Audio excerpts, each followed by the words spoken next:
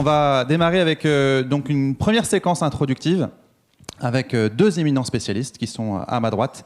Jean-Michel Legave n'a pas pu participer à cet événement d'histoire de train, et donc son collègue Jean-Luc Regnard a pu s'en faire le porte-parole, si ce n'est le remplacer. Monsieur Regnard, vous êtes professeur émérite à l'Institut Agro Montpellier Supagro. Et avec vous, on va discuter de l'arboriculture fruitière à l'heure du changement climatique, les risques, opportunités, et comment on va pouvoir anticiper aussi les besoins d'adaptation. Donc je vous passe la parole, je vous invite à vous installer au pupitre. Après ça, on aura Jean-François Berthoumieux qui viendra nous expliquer concrètement quelles sont les conséquences mesurables aujourd'hui. Et puis après, on enchaîne avec tout un tas de séquences hyper intéressantes. Mais d'abord, Monsieur Regnard, la balle est à vous. The floor is yours, comme on dit. Voilà, je vous passe la parole. Bonjour à tous. Merci de m'accueillir. Et effectivement, mon collègue Jean-Michel n'a pas pu être parmi nous. Nous sommes trouvés à la gare de Montpellier sans possibilité ferroviaire.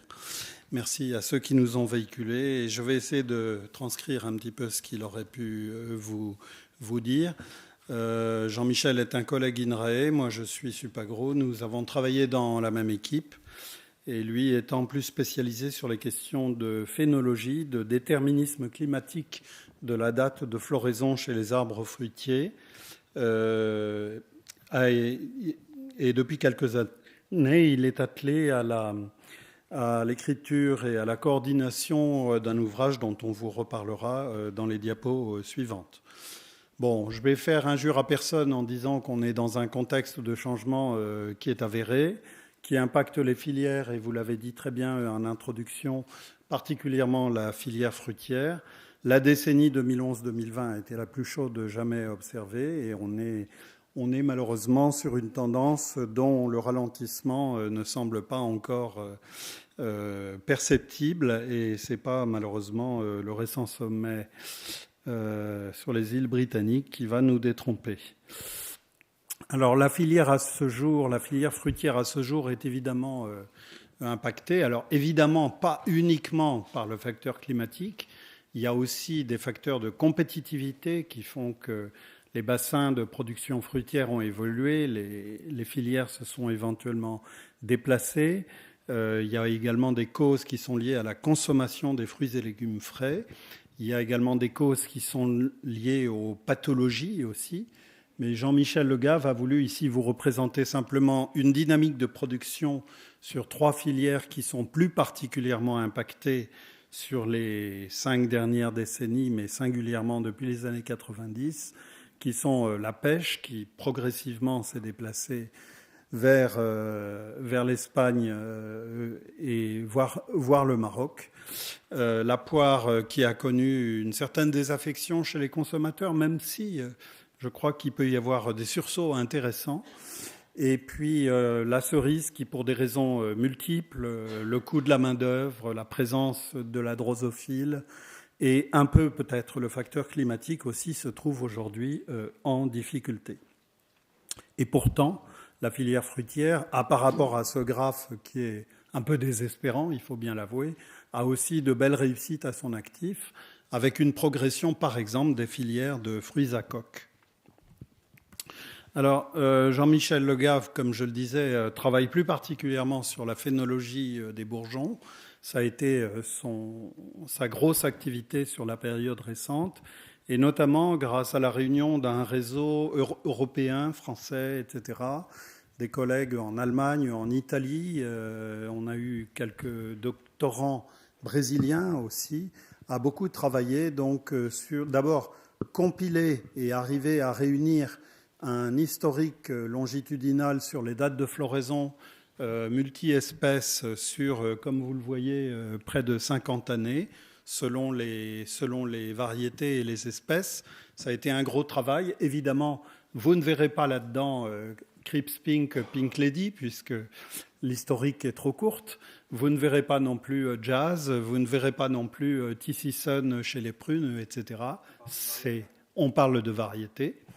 Mais vous allez trouver sur ce graphe Golden Delicious, vous allez trouver Gala, etc., qui sont des variétés pour lesquels on a des séries historiques sur le long terme. À partir de ces données, on a donc des données sur la phénologie, l'évolution des floraisons. C'est quelque chose qu'on partage aussi avec la filière vitivinicole, qui observe ça. Et évidemment, force est de constater qu'il y a un glissement vers des floraisons de plus en plus précoces, avec statistiquement une rupture phénologique. Est-ce qu'on peut pointer ? Oui. Et pendant que vous pointez, je rappelle ce que c'est que la phénologie, qui est l'étude des variations des phénomènes périodiques de la vie animale et végétale en fonction du climat. Voilà, merci. Si je jargonne, n'hésitez pas à m'interrompre. La petite flèche verticale noire que je pointais il y a un instant avec mon doigt, c'est simplement l'analyse statistique de ces séries chronologiques de floraison qui montrent une rupture dans les évolutions à la fin des années 80. Voilà. Alors en fait, en essayant d'analyser le déterminisme de ces phénomènes, Jean-Michel Legave et ses collègues se sont aperçus que c'était pour les espèces de zones tempérées beaucoup une question de levée de dormance, c'est-à-dire de levée d'inhibition due à des phénomènes hivernaux qui ne sont pas encore totalement élucidés, mais qui font un peu comme si on réinitialisait la pendule du fonctionnement à la fois cellulaire et de l'organisme que constitue l'arbre fruitier et qui va lui permettre d'évoluer lentement vers le débourrement et vers la floraison au printemps. Donc c'est la série rouge ici qui est figurée et qui montre que cette évolution de la levée de dormance montre une certaine stabilité sous le climat nîmois, voire pas de progression vers des dates plus précoces. Excusez-moi, il s'agit bien des dates de floraison. Je reviendrai sur la levée de dormance après, alors que la courbe bleue, qui est une série chronologique en Allemagne, sur le site de Bonn, l'université de Bonn étant partenaire des projets de Legave, montre au contraire, pour la même variété golden ici, une progression vers des floraisons. Donc, si vous voulez, on va se trouver avec une évolution temporelle qui va en fait vers des variations de dates de floraison selon les bassins qui vont avoir tendance à se rapprocher. C'est un peu ça le message. Et implicitement, ça veut dire aussi qu'il y a des possibilités de télescopage sur les calendriers de floraison, mais aussi de récolte. Bon, donc cette diapo, justement, montre les récoltes. C'est à peu près, si vous voulez, le même message. On va vers un peu plus de précocité selon les bassins, et pratiquement, ça n'est démenti chez aucune espèce fruitière. Ce qui veut dire que sur les marchés, toutes les productions peuvent se retrouver en même temps, alors qu'on attendait à ce qu'elles s'étalent un peu différemment tout au long de l'année. Je ne voudrais pas simplifier le propos. Ce que vous dites est complètement vrai sur les variétés dont la mise en marché est très brève après la récolte. Bien entendu, s'il s'agit de fruits stockables, c'est beaucoup moins important comme effet. Mais en effet, il y a un risque de télescopage des bassins de production.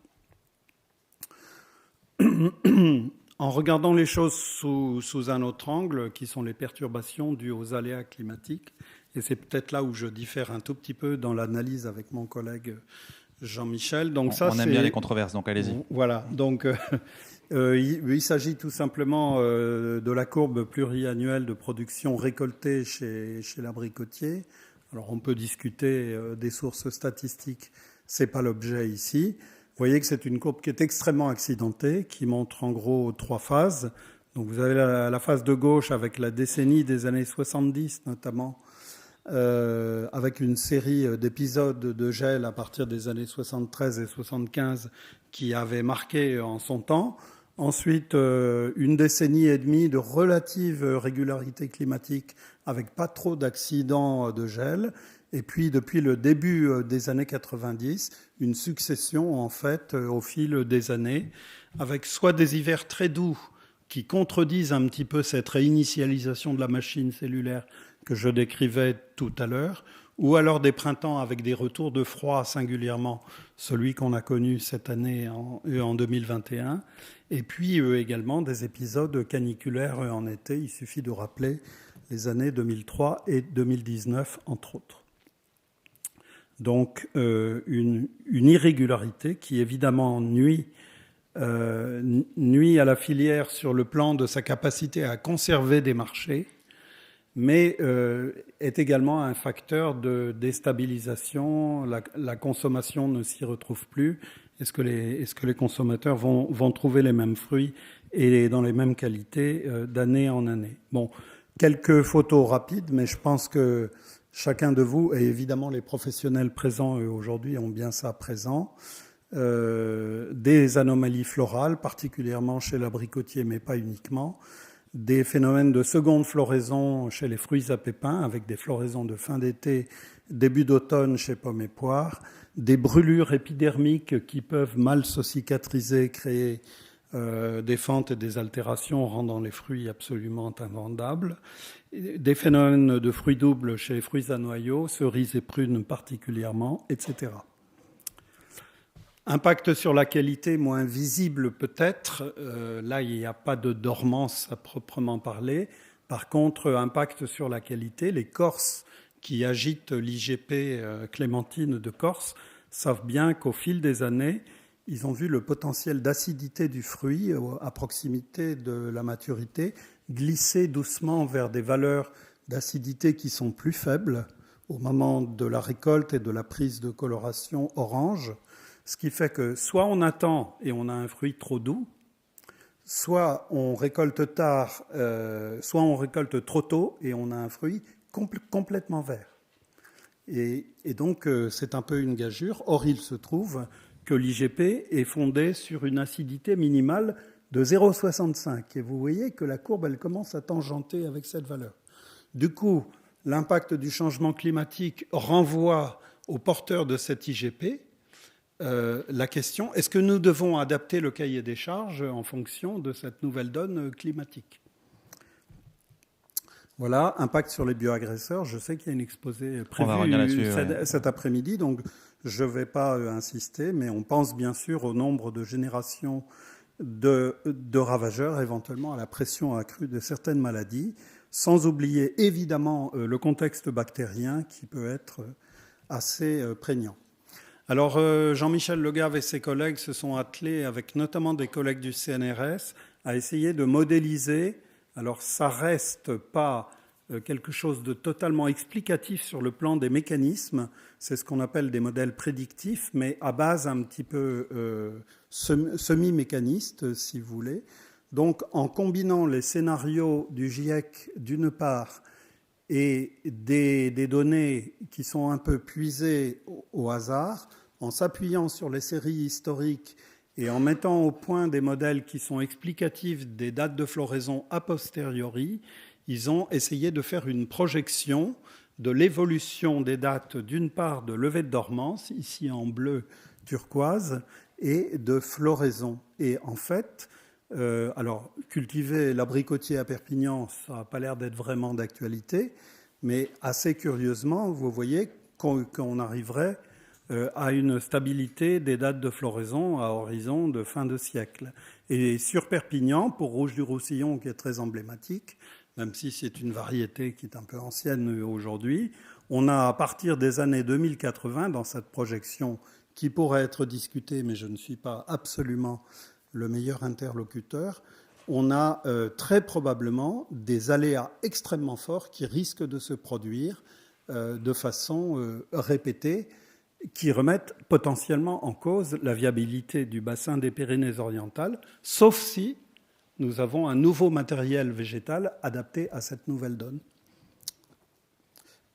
J'ajouterai simplement que dans l'évolution des dates de floraison, il semblerait que les scénarios RCP, dans leur variété, 2,5, 4,6, etc., vous connaissez, plus ou moins optimistes ou plus ou moins pessimistes, pèsent du poids le plus important, en fait, dans ces variations.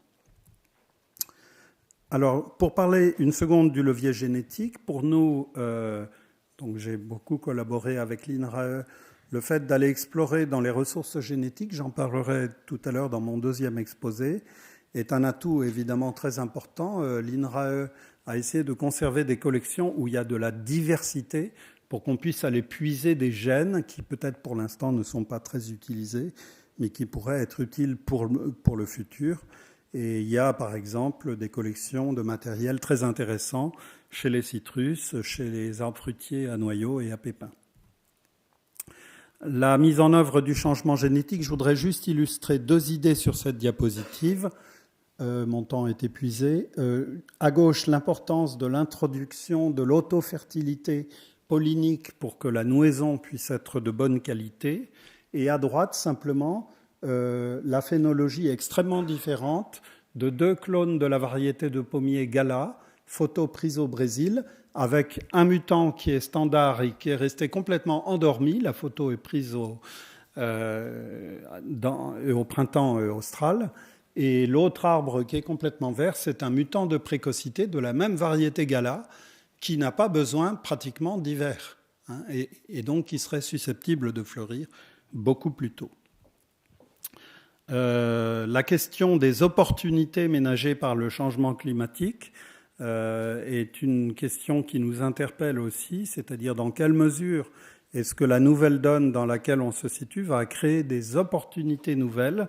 Bien sûr, on peut penser à l'introduction d'espèces nouvelles. C'est déjà visible en Espagne sur la Costa del Sol, je pense, avec la culture des anones, de l'avocatier et du manguier. Mais en France, une telle idée n'est pas exclue. Par contre, pour les cultures qui sont territorialement bien identifiées, il y a quand même des grosses questions qui sont posées pour le futur.